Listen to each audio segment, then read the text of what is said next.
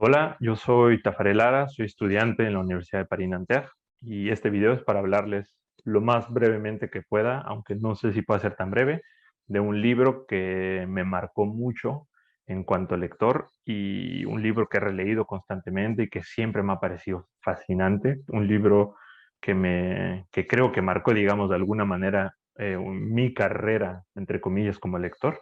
Y bueno, antes de hablar de él, pensé una breve estructura que trataré de hacerla rápido y que no sea cansada. Pensé hablarles primero, para contextualizar el libro, de dos prólogos. El primero será un prólogo que no es el libro del cual les hablaré, pero que tiene relación. El segundo es el prólogo del libro sobre el cual les hablaré, escrito por el autor. Y bueno, después de hablar de los prólogos, me gustaría hablarles de la estructura del libro, y de la historia para que tengan, digamos, como una idea general de cómo es que se desarrolla.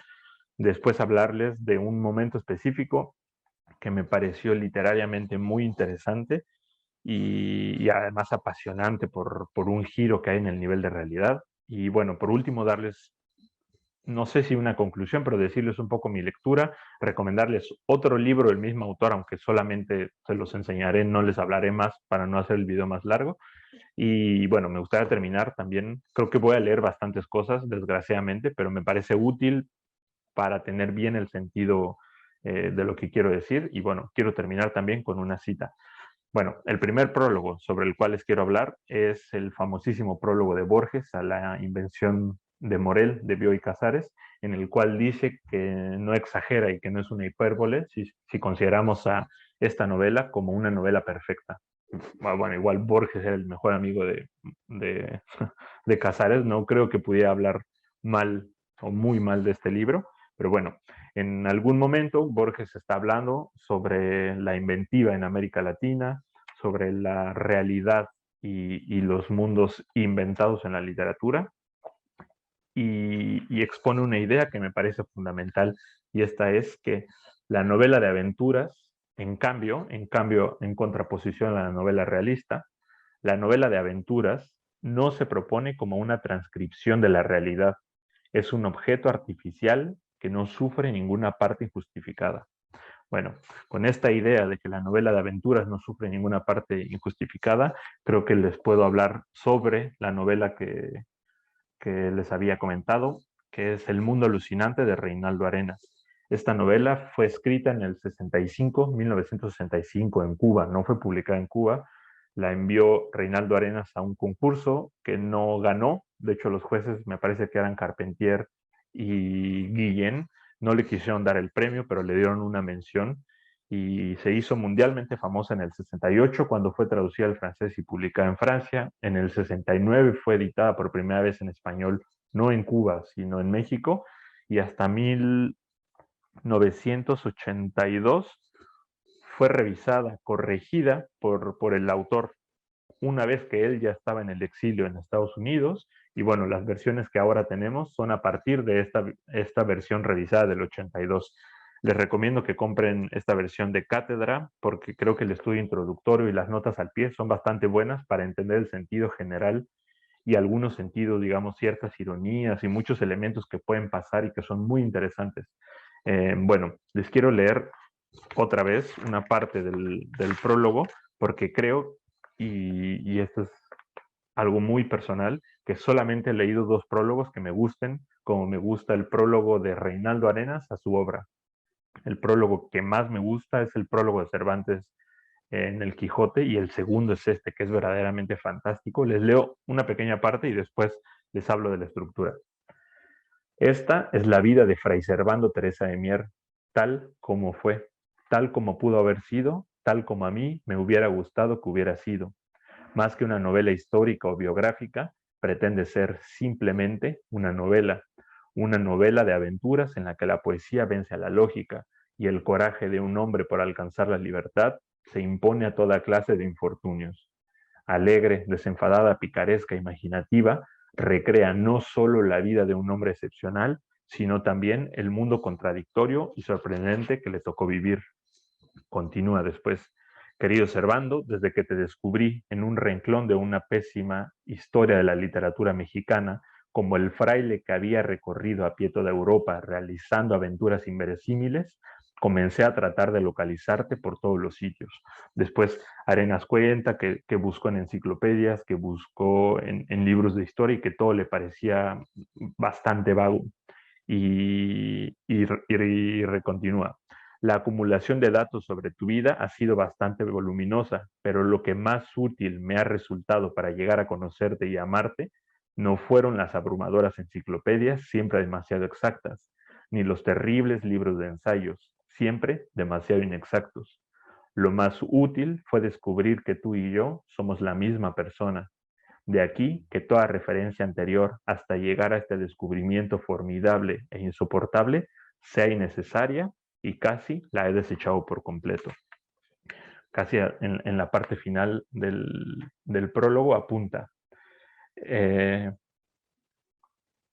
hablando sobre las memorias, dice que retomó las memorias de Fray Servando Teresa de Mier desde un punto de vista bastante libre y dice, tus memorias aparecen en este libro no como parte de un texto extraño, sino como parte fundamental del mismo, donde resulta innecesario recalcar que son tuyas, porque no es verdad, porque no son, en fin, como todo lo grandioso y grotesco del tiempo, del brutal e insoportable tiempo que en estos días te hará cumplir 200 años.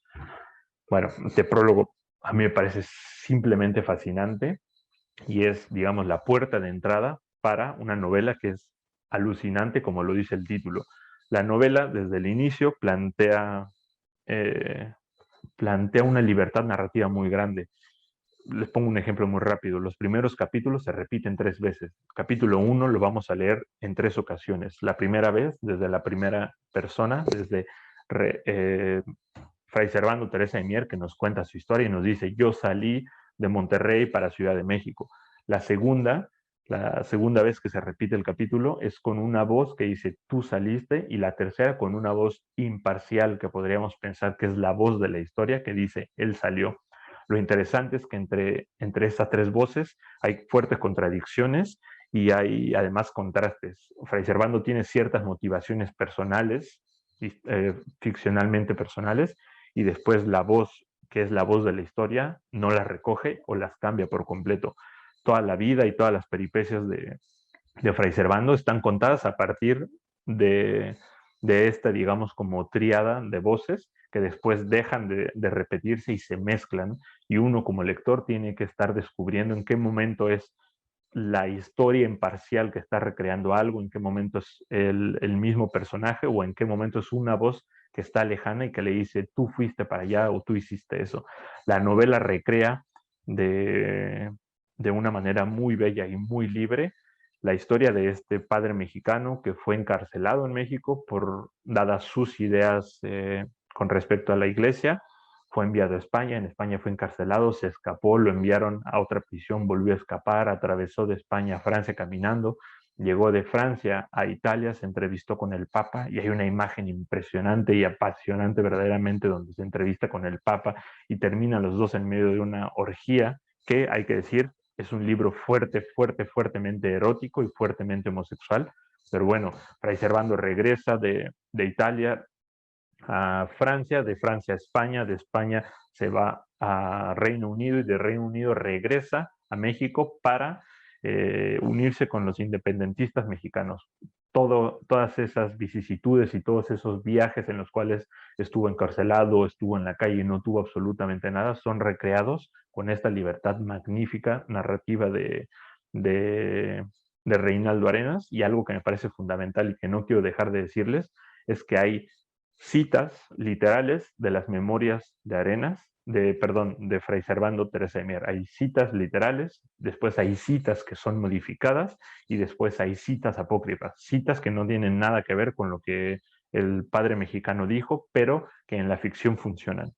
El hecho que les quería mencionar, que me parece sumamente rico en cuanto a lo ficcional y lo narrativo y el mundo de posibilidades, es que en algún momento, ya de regreso en México, en Palacio Nacional, Fray Servando Teresa de Mier, en la ficción, se encuentra con José María Heredia. Si leyeron la novela de Mi vida de Padura, tendrán una idea de quién es Heredia, pero el punto es, este encuentro es posible gracias a la literatura. Los dos estuvieron en México verdaderamente en las mismas fechas y estuvieron posiblemente en el mismo lugar que era Palacio Nacional.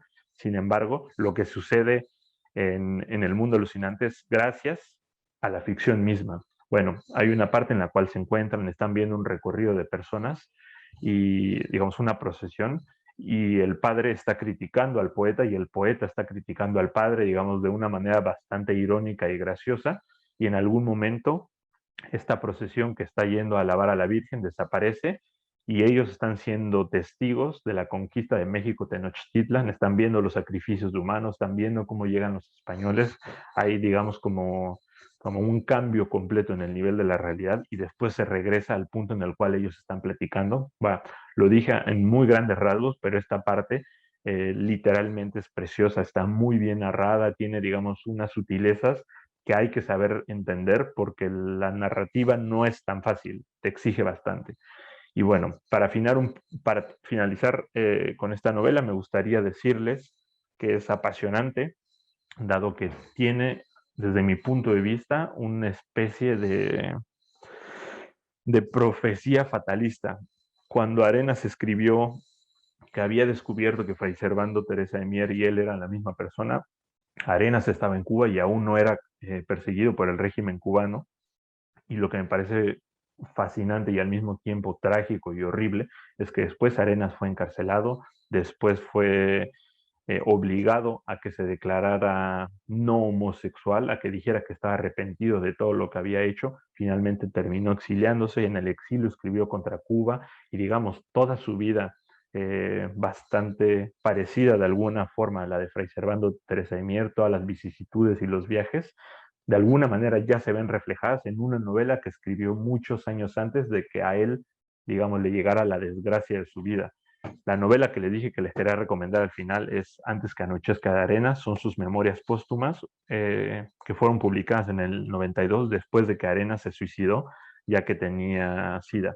Pero bueno, me gustaría terminar con una cita. Fray Servando Teresa de Mier y José de María Heredia en el mismo lugar, en el mismo momento, y Fray Servando le dice, nosotros somos prostitutas rehabilitadas. De nada sirve lo que hemos hecho si no danzamos al son de la última cornetilla. De nada sirve. Y si pretendemos rectificar los errores, no eres más que un traidor. Y si pretendes modificar las bestialidades, no eres más que un cínico revisionista. Si luchas por la verdadera libertad, estás a punto de dar con la misma muerte. Esta idea me parece fascinante, ya que de alguna manera esta novela no toca a Cuba ni directa ni indirectamente, no trata a un personaje cubano, no está situada en la época de Fidel Castro ni de la Revolución Cubana, y aún así fue censurada y aún así el autor fue perseguido, no solamente por esta novela, por muchas otras cosas. Lo que me parece apasionante es la apertura, digamos, crítica que puede dar esta novela, la idea de que la historia no es lineal, que no es, digamos, tampoco inamovible y que se puede volver a repensar y a replantear todo desde un punto de vista que, aunque sea el más alucinante del mundo, tiene un contrapeso y tiene, digamos, un sentido en la realidad de no solamente un país, sino de muchos países diferentes. Muchas gracias.